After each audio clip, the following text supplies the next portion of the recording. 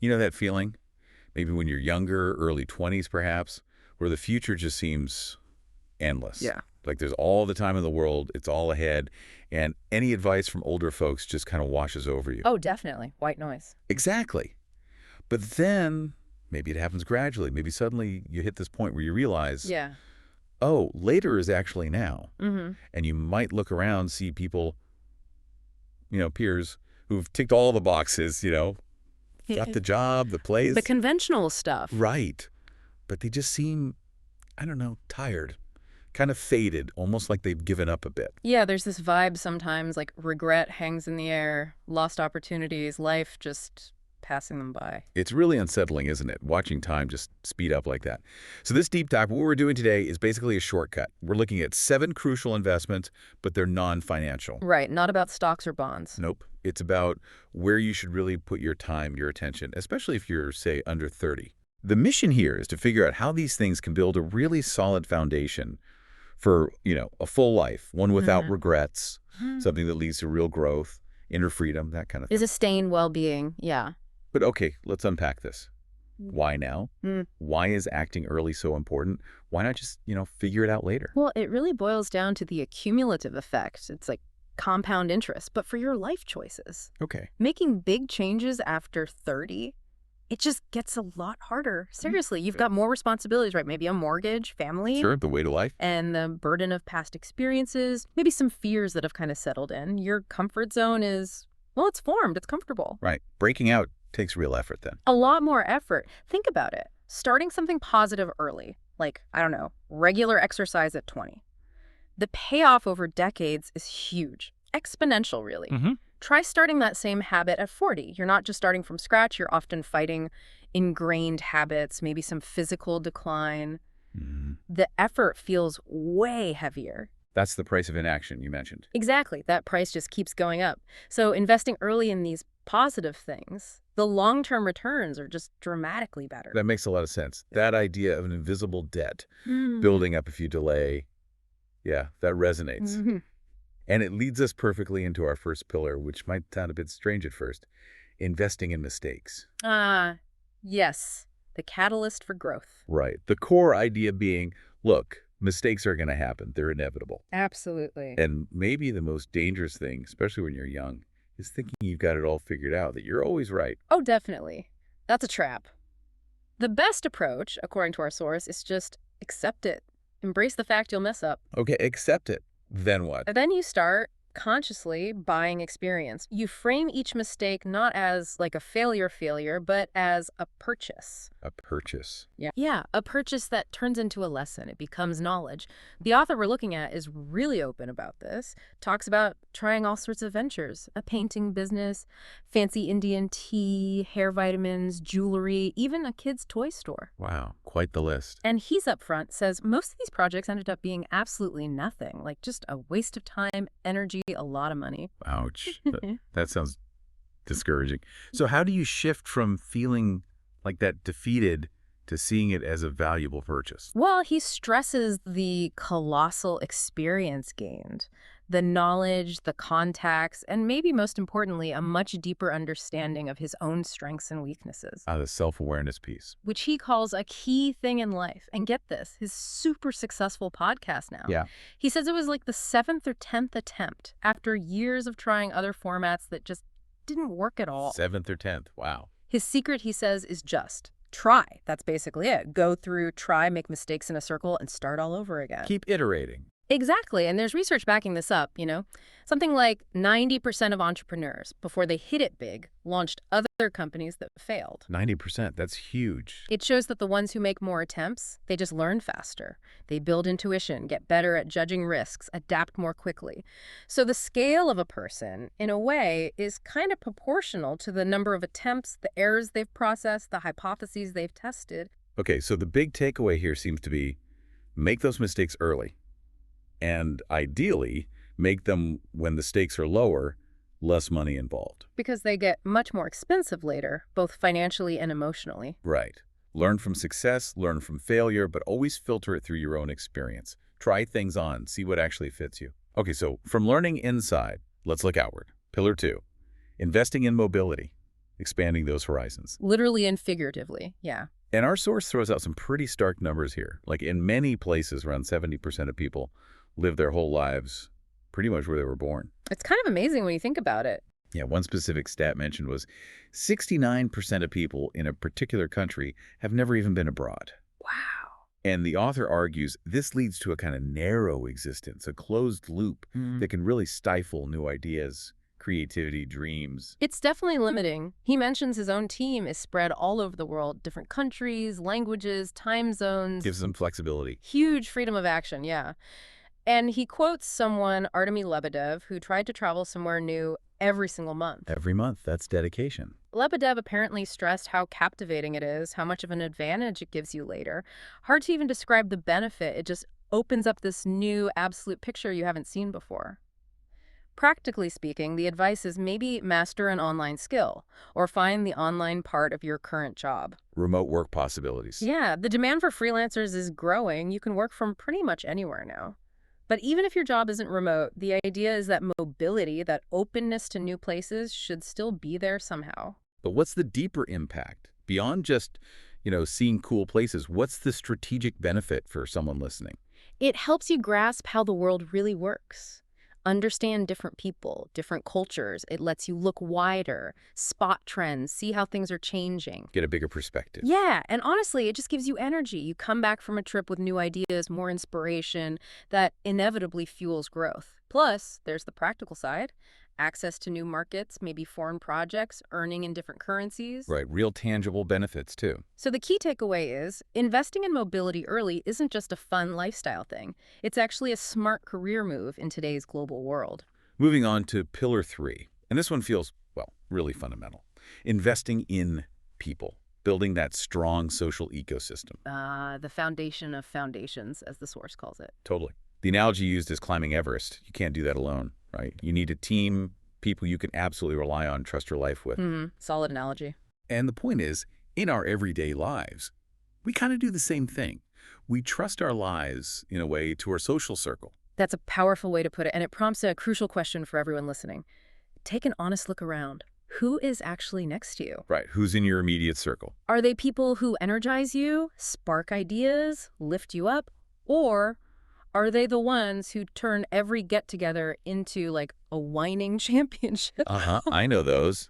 You leave feeling drained. Exactly, thinking, wow, life really is just awful, because relationships, they're conduits for energy. Some drain, some fill you up. So what's the action plan then? If you realize your circle is maybe not ideal. The advice is pretty direct. Don't be afraid to simply cut off old circles at the right moment, which is hard, obviously. Very hard. And also, don't be sheep about investing in good connections. Things like developmental events, masterminds, conferences, professional groups. Spend the time, spend the money if you can, because that strong circle, it gives you energy, ideas. It's actually crucial for achieving those big dreams, the success, the travel, the relationships you want. Otherwise, you're just draining your battery on the wrong connection. Right. So many people, the author says, drain all their energy. Absolutely not there. Sticking with connections that pull them down. Back to Everest, that team, that social circle, it's your life support system. Emotionally, intellectually, practically, it makes you resilient. So it's more than just having friends. It's a vital support system, a buffer against, life. Building that foundation before the storm hits. Okay, pillar number 4, investing in safety, specifically building a financial cushion. The practical side of freedom. Yeah, and the source paints a pretty grim picture of debt. It says the average person in debt spends like 2 years just getting out of it. 2 years. That's a long time treading water. And think about the stress involved. Constant worry, maybe collector calls, sleepless nights, borrowing from friends, family. It strains everything. Relationships break down. Exactly. Quarrels, broken trust, potentially even bankruptcy. The author basically calls debt taboo, a lost cause. And here's a key insight. If someone has to take loans regularly, it's often a sign of a bigger problem. Like what? Like maybe their whole life model is off, they're living beyond their means, miscalculated somewhere. It's not just about needing a loan, it's about needing to rethink things fundamentally. Creates a vicious cycle, right? Financial stress impacts your thinking, drains your energy. Totally. It hampers everything. Now, the author does share his one experience with debt, a car loan back in 2014. Okay. But he stresses it was calculated. He knew the absolute worst-case scenario was selling the car to pay it off. He wouldn't be left totally stranded. So managed risk. Exactly. His point is, financial tools like loans or credit cards can be great, very cool things, but only if you know what you're doing. Only in skilled hands. If you understand the markets, how to actually benefit. Right. But for most people starting out, the absolute most important first step. Let me guess. Save something. Create a safety cushion. A buffer, even a small one to start. Enough to cover, say, 2, 3, 4, ideally maybe 6 months of essential expenses. Build it up gradually. Yep. Because that cushion is your plan B. When things get tough, and they probably will at some point, it stops you from getting into real trouble. Saves your nerves, your energy. A huge amount. Energy you can then spend on building something, developing yourself, not just desperately trying to climb out of a hole. And it gives you choices. Right. Always. More opportunities. You can choose a job you actually like, not just the first one that pays the bills. Yep. You can afford to wait for the right fit. So the real message for you listening is, this financial safety net isn't just about money or comfort. It's about freedom, personal freedom, strategic choice. It lets you align your life with what actually matters to you. Buying options, essentially. Oh. Okay, fifth pillar. And this one feels like the absolute bedrock, investing in health, the foundation for energy. Yeah, the author admits he learned this one the hard way. Quite late, he says. Definitely not at 20, but rather closer to 30. Relatable for many, I suspect. He uses a great analogy, doesn't he? The internal energy account, it's brilliant. When you're young, you've got this massive surplus, a golden card without limits. It feel immortal. Totally. You can pull all-nighters, eat junk, party, and mostly bounce back. The consequences aren't immediate. But then Maybe around 30, give or take, the card declines, you start getting notifications, pay your debt or access to resources will be blocked. yeah. The bill comes due. It's health on credit, and eventually the bank calls, time to pay up, and naturally at a double rate with interest. Oof. That really hits home. It's like taking out a high-interest loan on your future self. Exactly. And he's really candid about his own youth. Smoking half a pack a day easily back in elementary school. Seriously, elementary. Yep. Drinking beer, trying vodka early on, later downing 3 or 4 liters of coffee every day, using beer to unwind. And he felt fine. Beautiful, he says, because his young body just absorbed it. The resilience of youth. But contrast that with now. He says even 1 glass of wine, and then you have a minus day. You feel off, not in resource. Even though he's taking care of himself now. Yeah, despite regular checkups, a personal doctor, massages, sports, stretching, the bill for that early neglect is still being paid, in a way. Wow. That's a really stark contrast. So for someone listening who maybe still feels kind of invincible, what's the practical advice? How do you start investing in this energy account before it's too late? You got to invest fully, he says, and start early. That means things like different kinds of training, gym memberships, massage, safe sports tennis, cycling, careful running, physical education in general. The physical stuff. Yeah, but also minimizing the bad habits, obviously.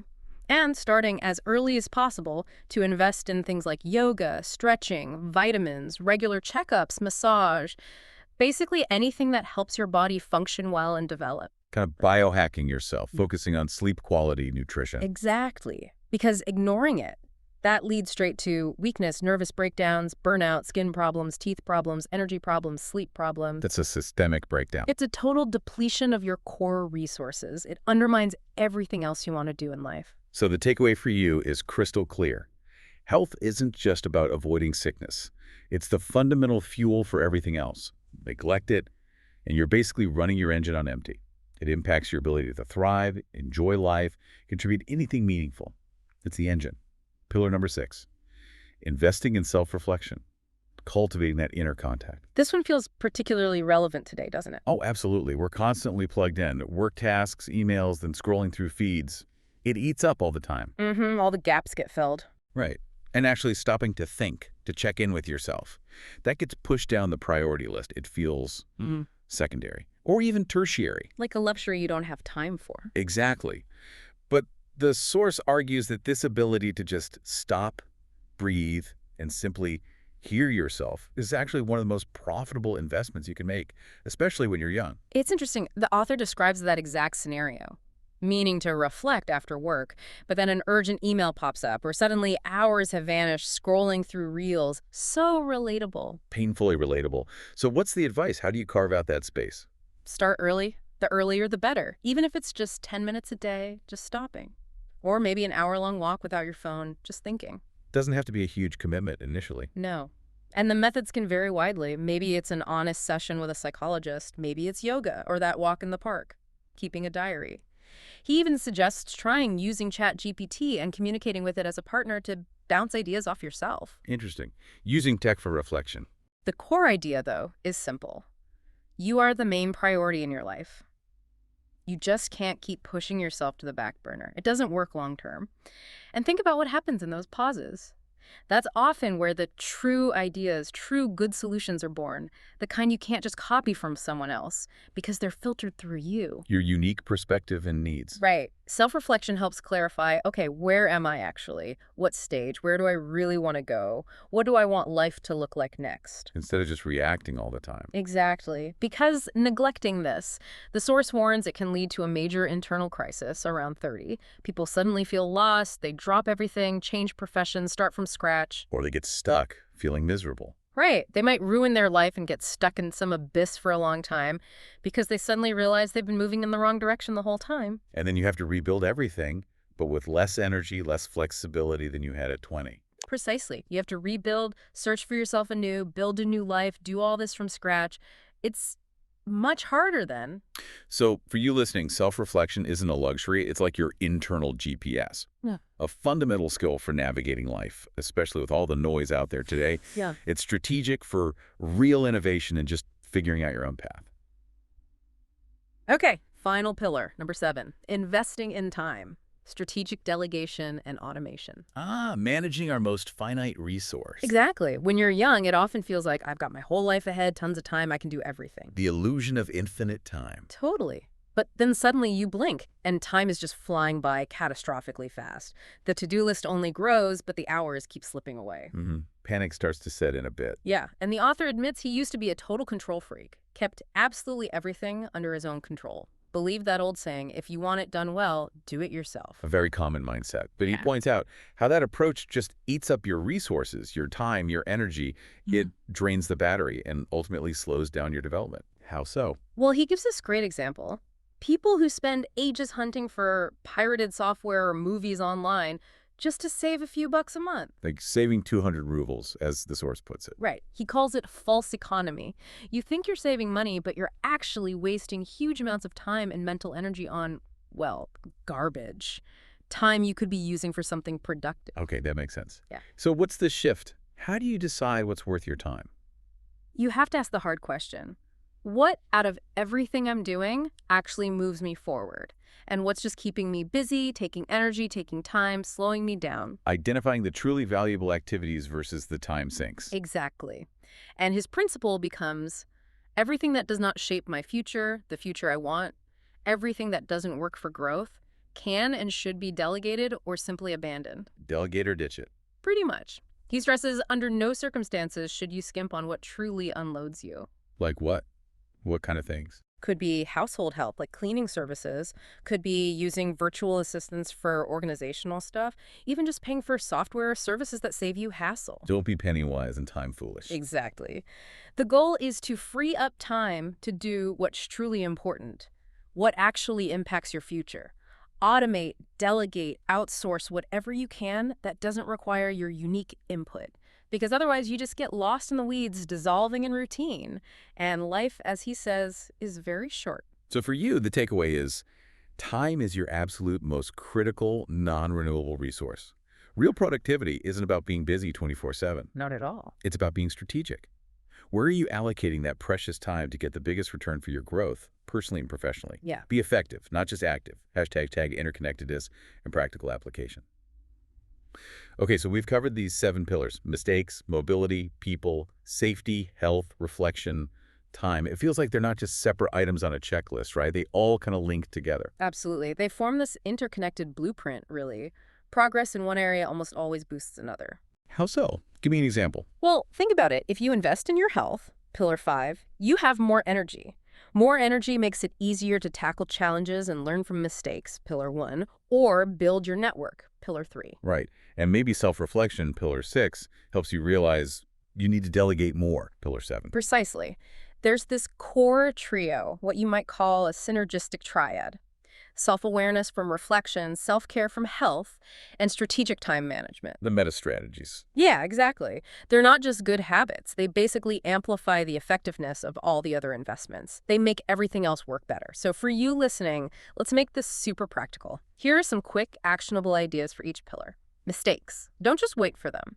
Actively seek new challenges. When you do mess up, do a quick post-mortem. What did I learn? And really try to cultivate that growth mindset. See challenges as opportunities. Okay, mobile. Explore online courses for skills that allow remote work. Plan trips, even short ones nearby, just to see new places, get a different perspective. Engage with online communities different from your usual bubble. People. Take stock of your current circle regularly. Who lifts you up? Who drains you? Actively look for mentors or peers who inspire you. Invest your time, maybe some money, in professional groups or communities. And yeah, learn to gracefully distance yourself from consistently negative influences. Financial safety. Job number 1. Start that emergency fund. Aim for 3 to 6 months of essential expenses. Make it non-negotiable. Educate yourself on basic financial literacy. And avoid consumer debt like the plague. Seriously, at any cost. Yeah. Treat it like a mandatory daily appointment. Integrate regular movement. Prioritize quality sleep, and decent nutrition doesn't have to be perfect, just conscious. Schedule those checkups like essential car maintenance for your energy account. Self-reflection. Block out consistent time. Even 10-30 minutes daily, uninterrupted. Journal, walk quietly, meditate, whatever works. Maybe even try that structured chat with yourself or an AI. And don't rule out talking to a pro for deeper insights. And finally, time management. Regularly review where your time actually goes. Be ruthless. Delegate or automate tasks that don't contribute to your core goals or growth. And yeah, invest in tools or services that genuinely save you time and mental energy, even if they cost a little. Don't be afraid to buy back your time. Hashtag tag tag outro. Wow, okay. So bringing it all together, this deep dive has really shown how these 7 investments, mistakes, mobility, people, safety, health, reflection, time, they're not just random tips. They form this powerful, interconnected plan for living a life with more purpose, more intention, and hopefully fewer regrets down the line. It's about being strategic with your most valuable assets in those early formative years. Yeah, not just what you do, but how you invest that time and attention. And maybe here's a final thought to leave you with, something the source touches on. Everything most valuable in life, it's all the simplest. Simple, but not easy. Exactly. These ideas connect with people. Take care of yourself. Learn from experience. They seem basic, maybe too basic, so we overlook them sometimes. But remember, while change might not happen overnight, life is also quite long. You have time. That's reassuring. Yeah. Even if things feel off right now or a situation seems impossible to fix, the message is you actually can, you just need to take certain steps. Start small. So the encouragement is embrace that compound interest of good habits early on. Avoid building up that accumulative debt of neglect. If you do that, you start to build real internal freedom, unwavering confidence, and hopefully you get to look back years from now with gratitude, knowing you truly lived your own life, not just the one that happened.